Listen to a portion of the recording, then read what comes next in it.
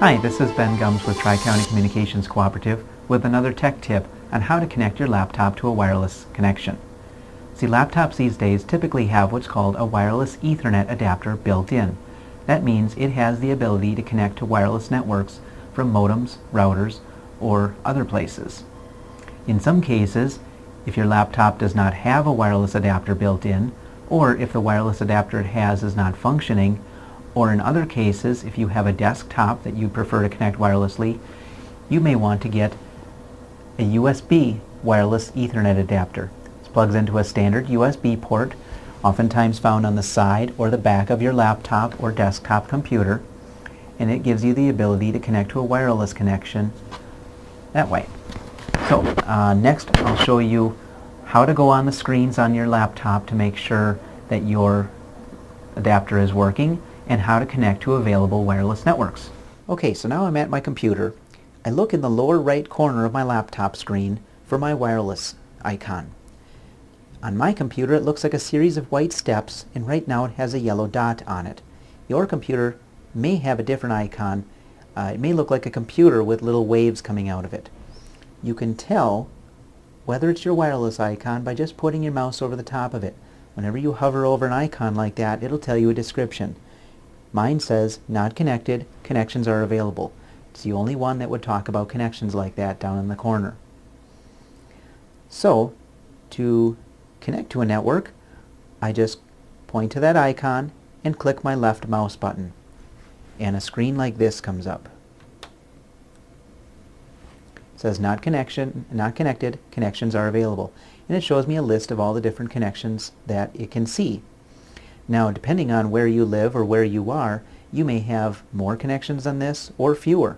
If you live out in the country and your wireless modem is the only modem around that you can see, you might only have one. Now, if you have several, you'll need to look at the different names to find out which one might be yours.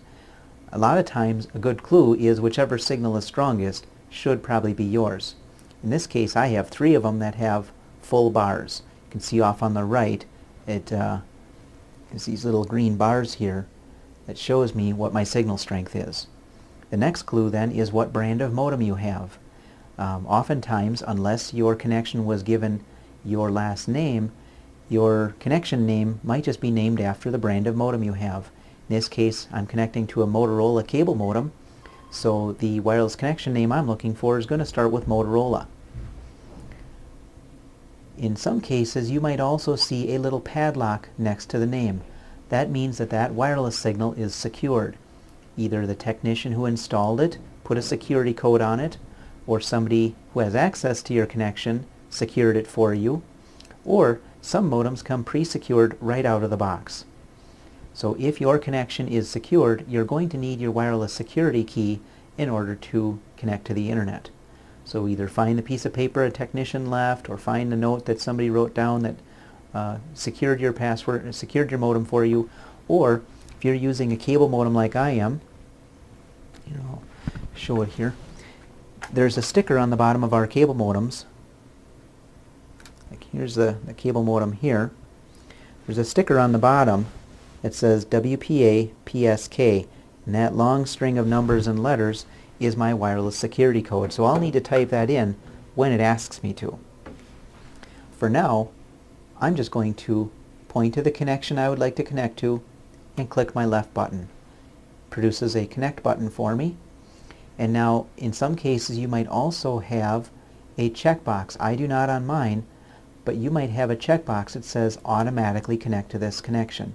If this is your home connection, you're going to want to check that box so that you don't have to do this every time you turn the laptop on. It'll just automatically seek out that signal every time you turn it on.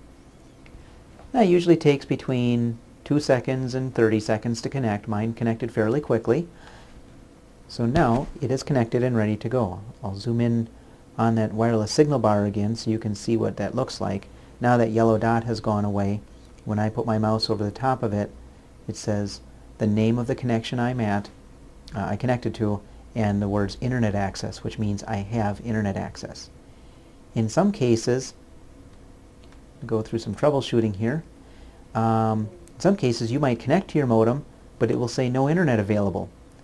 or you might not be able to connect at all. In this case, I right-clicked on that little connection icon and I went to the Connection Sharing Center. You might have where there's a red X here in between your modem and the internet. It might be a red X there, meaning there's some sort of a hiccup or communication breakdown where it's not connecting properly. In such a case, you would have an item over here that says repair this connection, and you can click on that and it will try to repair it for you. Other troubleshooting tips is one is to just turn off your computer and restart it. If something is just not connecting right through your computer, rebooting it will give it a chance to refresh itself and oftentimes restore the connection. Otherwise, the next thing you might want to try doing is to reboot your modem or router. And I'll show you here. All rebooting means is to take your modem, in this case my cable modem, unplug the power cord for just a few seconds, and then plug it back in. Now the lights on the front of the modem,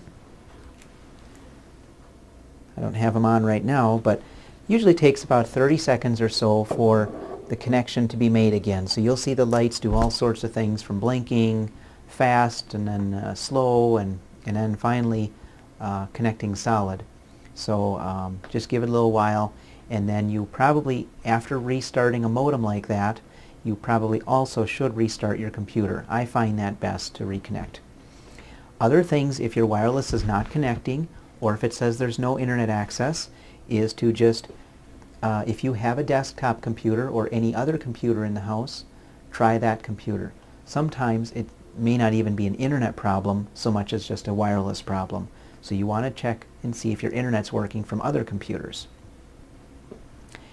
So that is how to connect wireless to your laptop.